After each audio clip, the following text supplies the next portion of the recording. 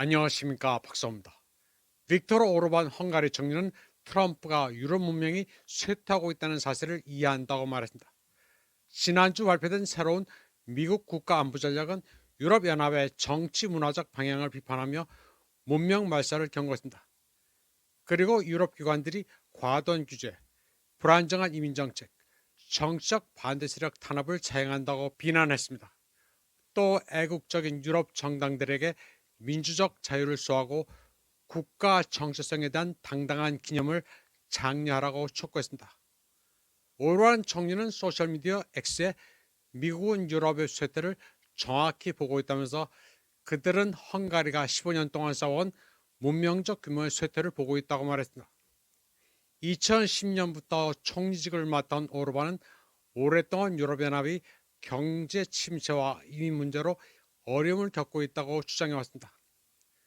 그는 국가 주권, 엄격한 국경 통제, 보수적인 사회 정책을 특징으로 하는 헝가리 모델을 유럽의 구조적 위기에 대한 해결책으로 제시해왔습니다. 이러한 빅토르 오르반을 러시아 측 수석 협상대표인 키릴 드미트리예프는 매우 높이 평가했습니다.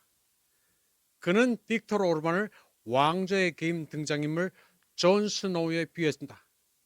유럽연합이 러시아 국유자산을 무기한 동결하는 상황에서 오르반을 유럽법을 수호하는 유일한 인물로 묘사했습니다.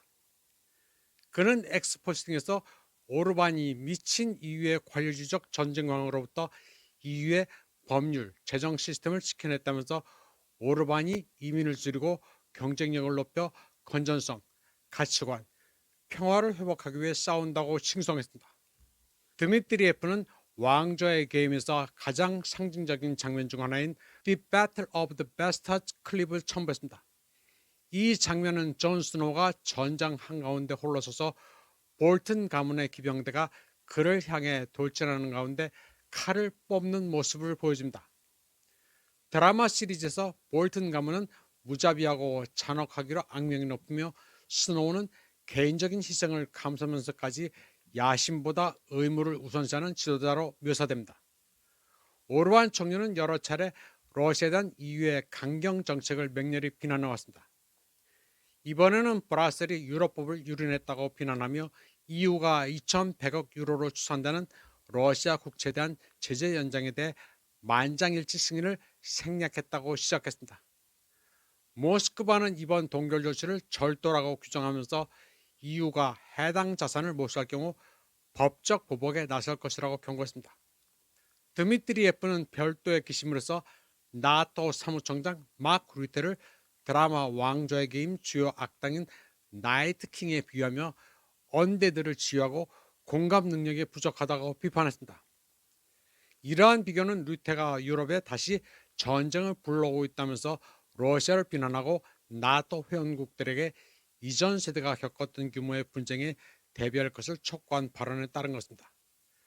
드미트리예프는 루테가 가족도 자녀도 없이 전쟁만 원하는데 결국은 평화가 승리할 것이라고 말했습니다. 우크라이나 분쟁 해결에 중요한 역할을 해온 드미트리예프는 마크 루테가 전쟁 위기를 고조시킨다고 비판한 페테르 시자르토 헝가리 외교부장의 발언에도 동조했습니다. 그는 유럽연합이 미국 주도의 러시아 우크라이나 평화 협상 노력을 방해하고 있다고 강력하게 비난했습니다. 그는 또 EU가 이민, 성평등 문제, 그리고 우크라이나 분쟁에 대한 접근 방식 때문에 극도로 약화되고 고립됐다고 말했습니다. 러시아 자산 이야기는 현실을 마법처럼 왜곡하는 전형적인 사례입니다. 러시아는 전장에서 승리하고 개발에서 성공을 거두지만 서방은 모스크바가 패배하고 있으므로 대가를 치러야 한다는 식의 이야기를 만들어냅니다. 코미디 같은 이야기인데 서방은 현실이 자신들의 바람대로 바뀌기를 기대합니다. 패전국이 승전국에 배상금과 분담금을 지불하는 것은 너무나 당연한 이치입니다.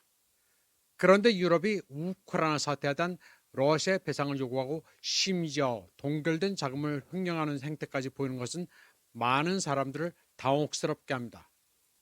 2022년에서 2023년 사이에는 러시아가 전장에서 패배해 무너질 것이라고 기대했고 그렇게 되면 모스크바가 배상금을 지불할 수밖에 없을 것이라고 유럽은 생각했을지도 모릅니다.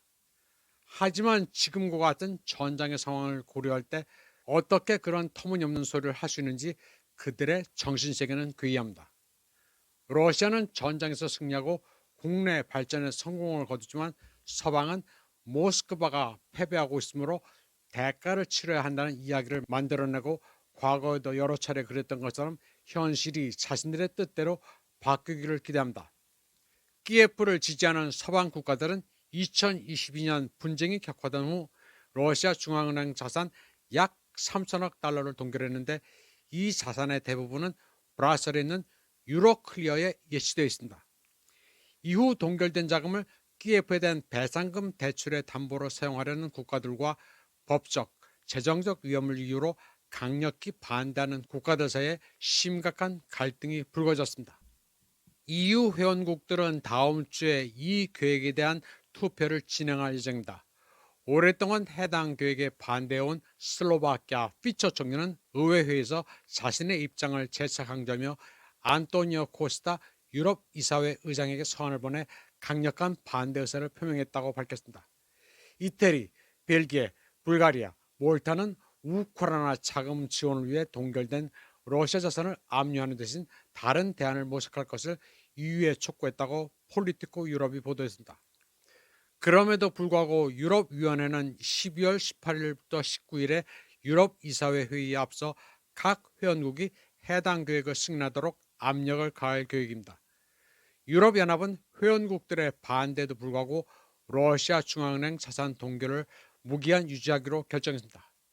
EU는 만장일치 승인 필요성을 우회하기 위해 비상권한 법안을 발동해 논란이 많은 이 안건을 강행 처리했습니다.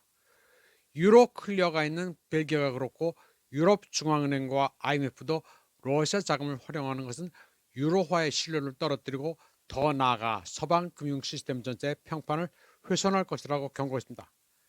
러시아는 자금 동결을 불법으로 규탄하고 해당 자금을 사용하는 것은 절도라고 규정하며 경제적, 법적 보복을 경고했습니다. 이번 방송은 여기까지 하겠습니다. 시청해주신 여러분 감사합니다.